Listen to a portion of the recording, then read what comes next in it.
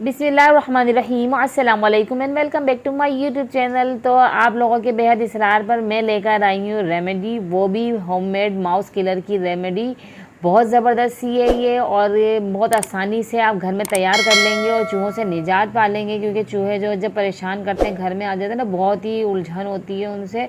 तो इसमें हमने पीनट ले लिए 1 खाने का चम्मच, और इसको हमने पेपर में रख के इसको इस तरीके से कूटेंगे। हम किचन का कोई भी आइटम यूज़ नहीं करेंगे, क्योंकि ये माउस किलर बन रहा है, तो इसलिए हमने इसमें पेपर का यूज़ कर रहे हैं। कोई भी किचन की चीज़ हम यूज़ नहीं कर रहे हैं। तो इसको हमने दरदरा सा, ये देख सकते हैं आप, कूट लिया है। इसको बहुत ज़्यादा बारीक नहीं करेंगे, इसको दरदरा सा ही कूटेंगे। और ये चूहे जो है ना, इसकी खुशबू से ही दौड़े चले आएंगे, क्योंकि पीनट है, ये अनाज है, तो अनाज की खुशबू से तो बहुत ज़्यादा जल्दी वो ना सूंघते हुए आ जाते हैं। उनकी हिस बड़ी तेज़ होती है इस मामले में। तो अब ये हमने कॉइल ले लिया है, तो इसके हमें तकरीबन 3-4 इंच के टुकड़े ले लेंगे। ये देखें, मैंने ये 1-1 इंच के ये 3 से 4 टुकड़े हमने ले लेने हैं। इसको भी हमने इसको पीसना है, और बहुत ज़बरदस्त सा ये बनता है। और इसको भी हमने पेपर में रख के कूटना है। इसमें थोड़ी सी मेहनत लगेगी, पीनट आसानी से पिस जाती है, इसको थोड़ा सा टाइम लगेगा। और इसको बिल्कुल पाउडर फॉर्म में हमने बनाना है। तो बस आप इसको पूरा देखें, और बिल्कुल जिस तरीके से मैं बना रही हूँ ना, बिल्कुल इसी तरीके से बनाएंगे ना, तो आपको चूहों से मिलने वाली निजात। चूहे की लाशें आपको नज़र आएंगी घर के बाहर। तो ये बिल्कुल पाउडर फॉर्म में आ चुका है। अब हमने इसको पीनट के साथ मिक्स करना है, दोनों चीज़ों को। तकरीबन दोनों 1-1 खाने के चम्मच हैं ये। इनको अच्छी तरीके से हमने, देखें, मिक्स कर रही हूँ मैं, हाथों की मदद से ही मिक्स कर रही हूँ अच्छी तरीके से। फिर उसके बाद मैं वॉश कर लूँगी।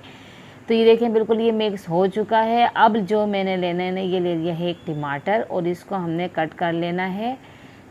और आप चाहें तो गुलाब जामुन या केक का भी यूज़ कर सकते हैं। तो अब ये मैंने कट कर लिए हैं टमाटरों को, और टमाटर को कट करने के बाद अब इसके अंदर मैं हाथों की मदद से ही डालूँगी इसको, और हाथ से प्रेस करते जाऊँगी फिंगर से, ताकि ये जो ना अच्छी तरीके से इसके अंदर जम जाए, लग जाए इसके अंदर।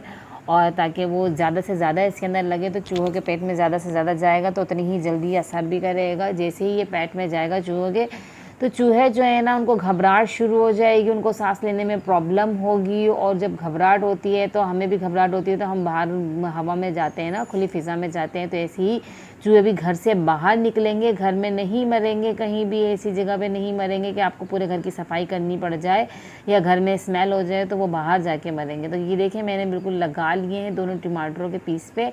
अब हमने इनको रखना है ऐसी जगहों पे जहाँ पे चूहों का आना जाना हो, किचन में, शेल्फ़ के नीचे, या अलमारी के नीचे, या फ्रिज में, जहाँ आपको लगता है ऐसा, फ्रिज के नीचे जहाँ कहीं आते जाते हैं।